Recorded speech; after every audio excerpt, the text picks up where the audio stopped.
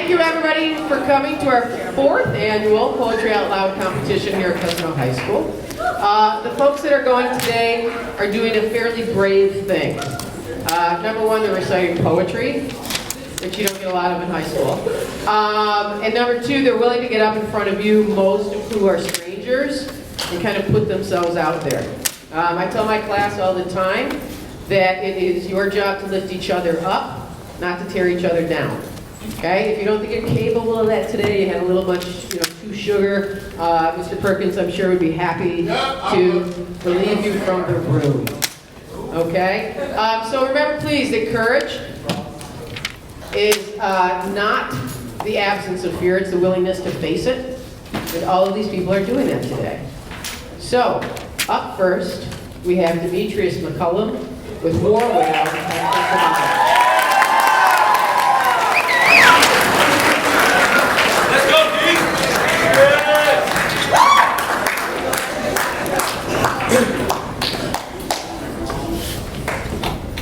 The telephone never rings, but still you pick it up.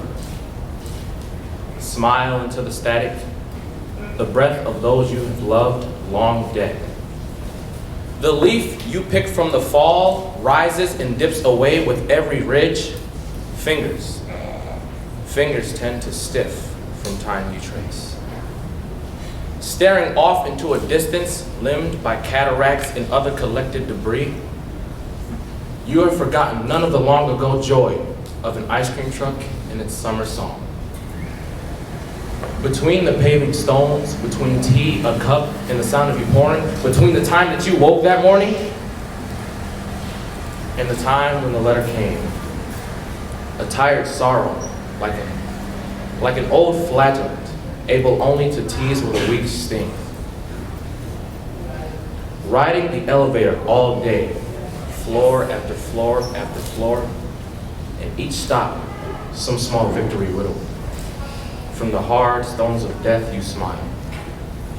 They used to write epics about moments like this.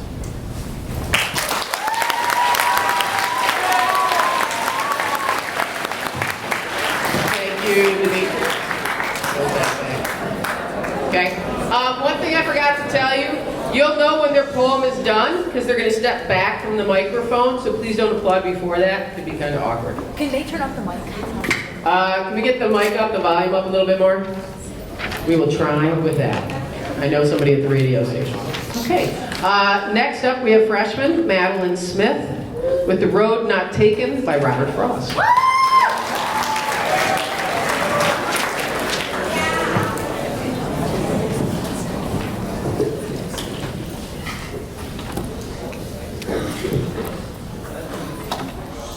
The Road Not Taken by Robert Frost. Two roads diverged in a yellow wood, and sorry I could not travel both, and be one traveler. Long I stood and looked down one as far as I could to where it bent in the undergrowth. Then took the other, as just as fair, and having perhaps the better claim, because it was grassy and wanted wear. Though, as for that, the passing there had worn them really about the same. And both that morning equally lay in leaves, no step had trodden black. Oh, I kept the first for another day, yet knowing way leads on to way. I doubted if I should ever come back. I shall be telling this with a sigh, somewhere ages and ages hence. Two roads diverged in a wood, and I took the one less traveled by, and that has made all the difference.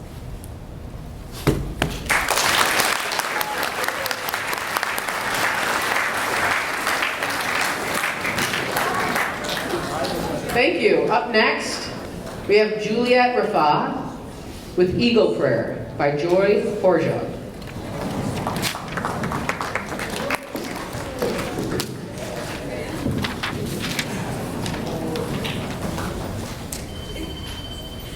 Eagle Poem by Joy Harja.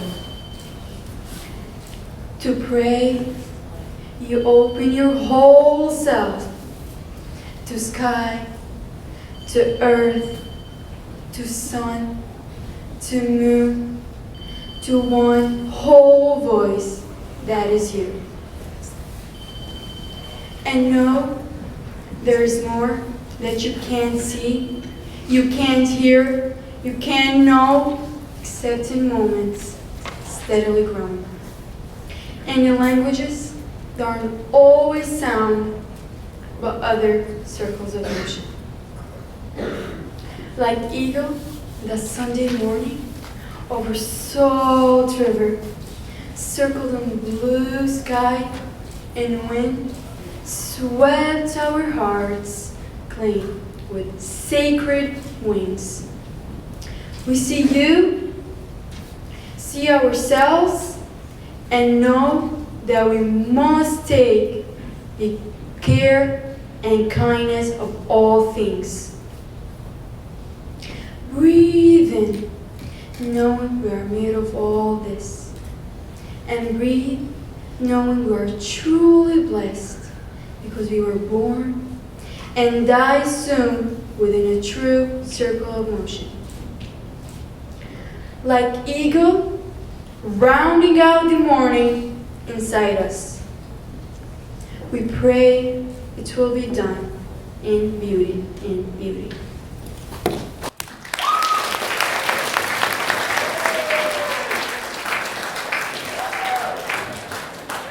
Thank you, Julia. Up next, we have freshman Ryan Zukel with Kin by Maya Angelou.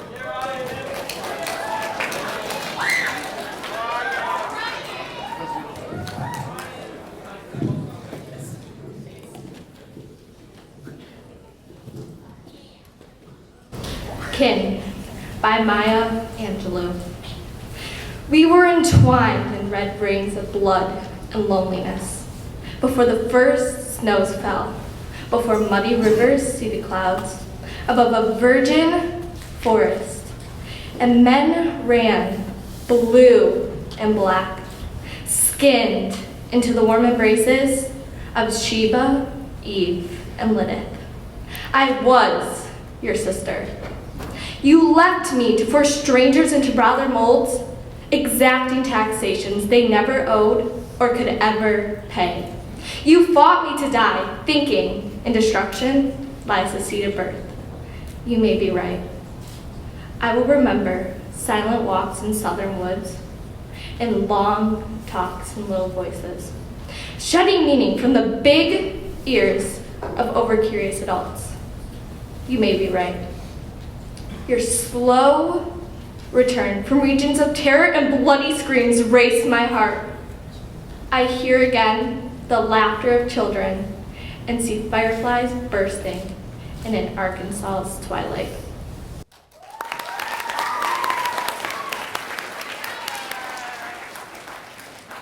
All right, thank you, everybody. Up next, we have senior Robinson Nakwami with Then to the Earth by Blas Manuel de Luna.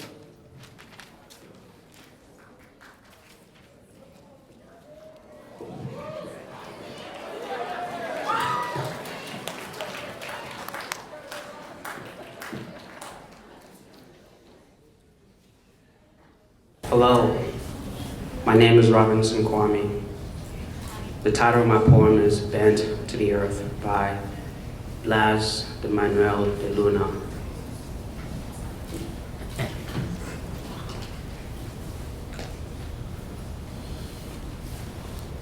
They had hit Reuben with the high beams, had blinded him so that the van he was driving, full of Mexicans going to pick tomatoes, would have to stop. Reuben spun the van into an irrigation ditch, spun the 5-year-old me awake to immigration officers. The baton's already out, already looking for the soft spot on the body, to my mom being dragged and handcuffed, to my dad trying to show them our green cards. They let us go, but Alvaro was going back. So was his brother, Fernando. So was his sister, Sonia. The mom did not escape, and so was going back. The dad was somewhere in the field and was free.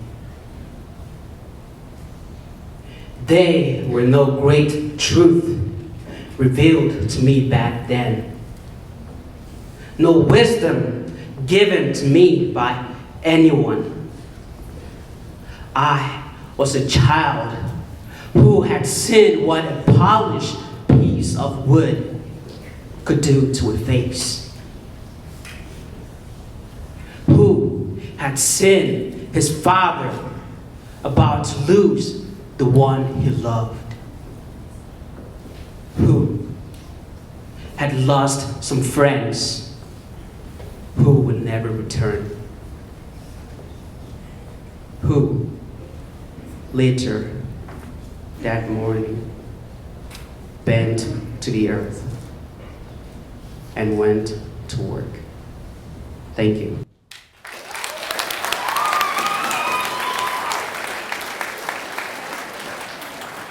Thank you, Robin. Up next, we have freshman Jayla Madison with the poem Snowflake by William Baer.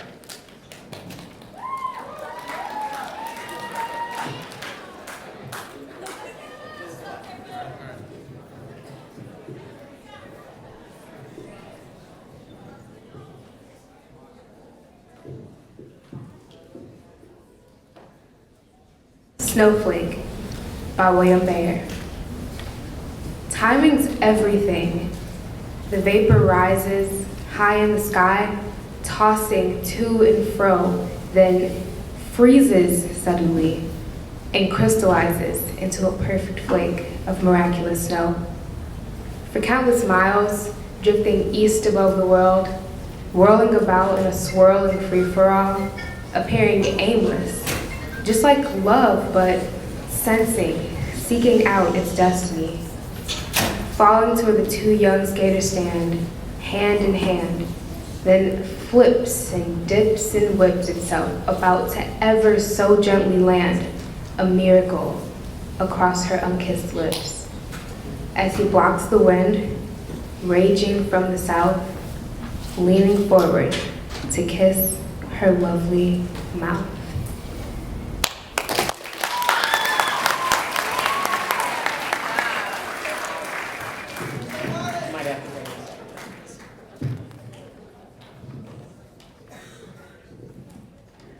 Okay, up next, we have Brandon Clyburn with Father by Edgar Albert Guest.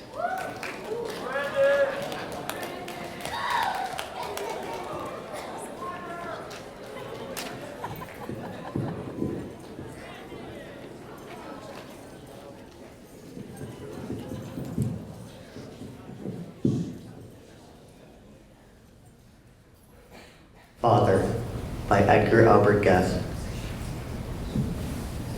My Father knows the proper way a nation should be run. He tells us children every day just what should now be done. He knows the way to fix the trust. He has a simple plan. But if the furnace needs repairs, we have to hire a man. My father, in a day or two, could land big thieves in jail. There's nothing he cannot do. He knows no word like fail. Our confidence he would restore, of that there is no doubt. But there's a chair to mend, we have to send it out. All public questions that arise, he settles on the spot. He waits not till the tumult dies, but grabs it while it's hot. In matters of finance, he can tell Congress what to do. But oh, he finds it hard to meet his bills as they fall due. It almost makes him sick to read the things lawmakers say. Why, Father's just the man they need. He never goes astray. All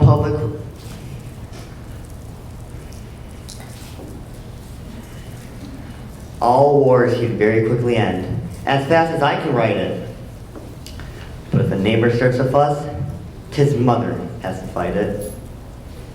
In conversation, Father can do many wondrous things. He's built upon a wiser plan than presidents or kings. He knows the ins and outs of each and every deep transaction. We look to him for theories, but look to Ma for action.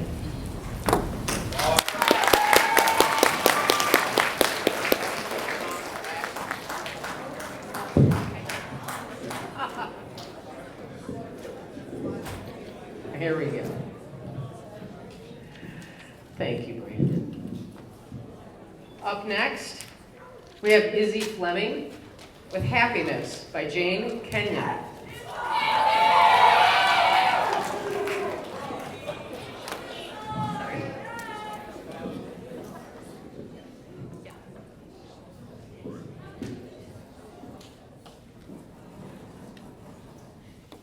Happiness by Jane Kenyon. There is no accounting for happiness, or the way it turns up like a prodigal who comes back to the dust at your feet, having squandered a fortune far away. And how could you not forgive? You make a feast in honor of what was lost, and take from its place the finest garment which you saved for an occasion you could not imagine. And you weep every night and day to know you are not abandoned. That happiness saved its most extreme form for you alone. No, happiness is the uncle you never knew about, who flies a single-engine plane onto the grassy landing strip, hitchhikes into town, and inquires at every door until he finds you asleep, mid-afternoon, as you so often during your unmerciful hours of your despair. It comes to the monk in his cell. It comes to the woman sweeping the street with a birch broom. It comes to the child whose mother passed out from drink. It comes to the lover, to the dog chewing a sock, to the pusher, to the basket maker, and to the clerk stacking cans of carrots in the night. It even comes to the boulder, in its perpetual shade of pine barren. It comes to the rain falling on the open sea, and it comes to the wine glass weary of holding wine.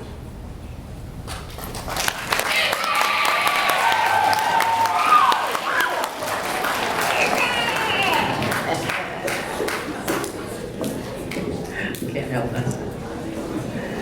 Okay, thanks, folks. So far, you've been an awesome audience.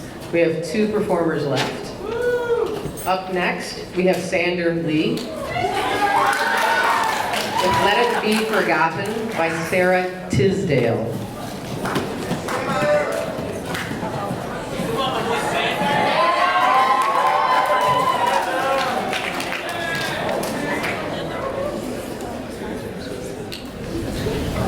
Let It Be Forgotten by Sarah Tisdale.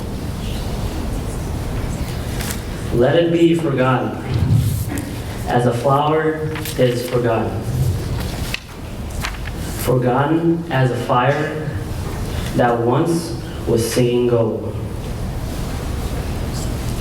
Let it be forgotten, forever and ever. Time is a kind friend. He will make us old. If anyone asks, say it was forgotten, long and long ago. As a flower, as a fire, as a hushed footfall, and a long forgotten snow.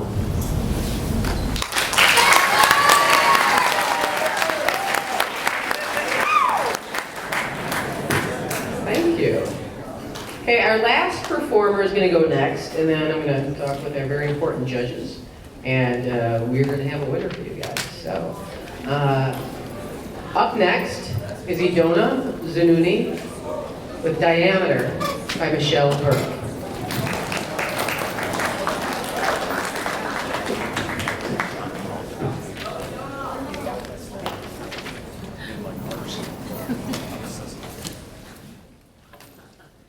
Diameter by Michelle Burke. You love your friend, so you fly across the country to see her. Your friend is grieving. When you look at her, you see that something's missing. You look again. She seems all there. Reading glasses, sarcasm, leather pumps. What did you expect? Ruins? Demeter without arms in the British Museum. Your friend says she believes there's more pain than beauty in this world. When Persephone was taken, Demeter damned the world for half the year. The other half remained warm and bountiful. The Greeks loved symmetry. On the plane, the man next to you read a geometry book. The lesson on finding the circumference of a circle. On circumference, you try a cross with your friend, you try a round. I don't believe in afterlife, she says, but after Kay died, I thought I might go after her. In case I'm wrong, in case she's somewhere waiting.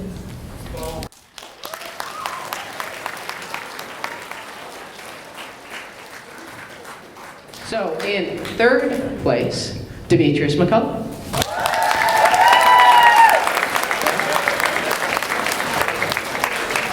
In second, a freshman, Isabella Fleming.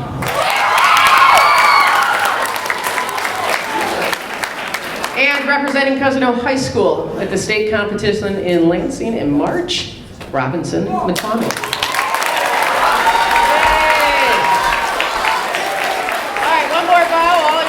There you go. Bow. Thanks, everybody. I'm assuming at this point you should probably go back to your third hour. Unless you're in my class, you should stay here.